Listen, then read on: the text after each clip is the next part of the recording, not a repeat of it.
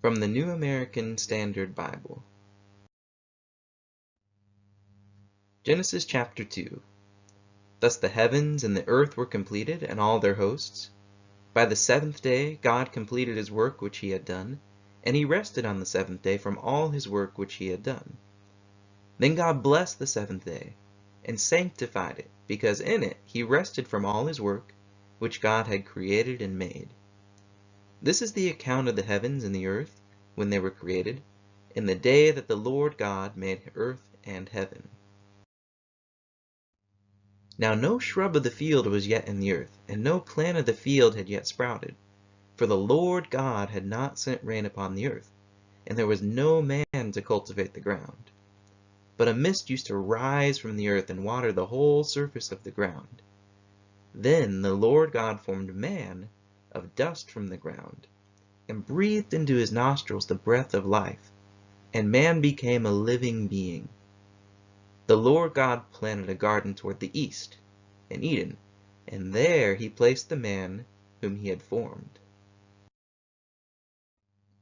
Out of the ground the Lord God caused to grow every tree that is pleasing to the sight and good for food, the tree of life also in the midst of the garden, and the tree of the knowledge of good and evil. Now a river flowed out of Eden to water the garden, and from there it divided and became 4 rivers. The name of the first is Pishon. It flows around the whole land of Havilah, where there is gold. The gold of that land is good. The bdellium and the onyx stone are there. The name of the second river is Gihon. It flows around the whole land of Cush. The name of the third river is Tigris. It flows east of Assyria. And the fourth river is the Euphrates. Then the Lord God took the man and put him into the Garden of Eden to cultivate it and keep it. The Lord God commanded the man, saying, "From any tree of the garden you may eat freely, but from the tree of the knowledge of good and evil you shall not eat, for in the day that you eat from it you will surely die." Then the Lord God said, "It is not good for the man to be alone. I will make him a helper suitable for him."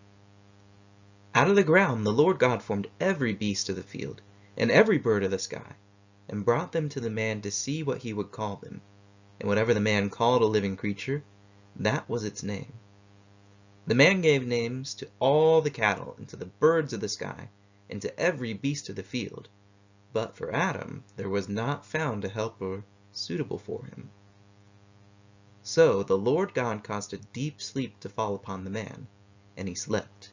Then he took one of his ribs and closed up the flesh at that place. The Lord God fashioned into a woman the rib which he had taken from the man, and brought her to the man. The man said, "This is now bone of my bones, and flesh of my flesh. She shall be called woman, because she was taken out of man. For this reason, a man shall leave his father and his mother, and be joined to his wife, and they shall become one flesh." And the man and his wife were both naked, and were not ashamed.